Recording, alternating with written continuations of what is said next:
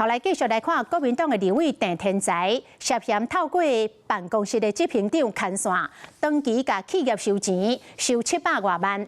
台北地检署今仔日侦查到一个段落，甲求刑超过10年。来听这个郑天才安怎回应。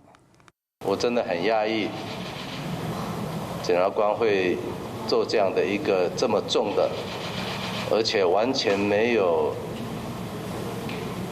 就事实。 也就是说，他召开协调会，自己发文，自己写会议记录，而且不在我办公室，是在他自己的公司，所以真的是一个非常令我讶异。郑天才讲，相关会议的记录等等，拢已经交予检察官，以前以外。 竟然要互求处10年以上的重刑。伊讲，等伊收到起诉书了后，就会向法院来提出着答辩状。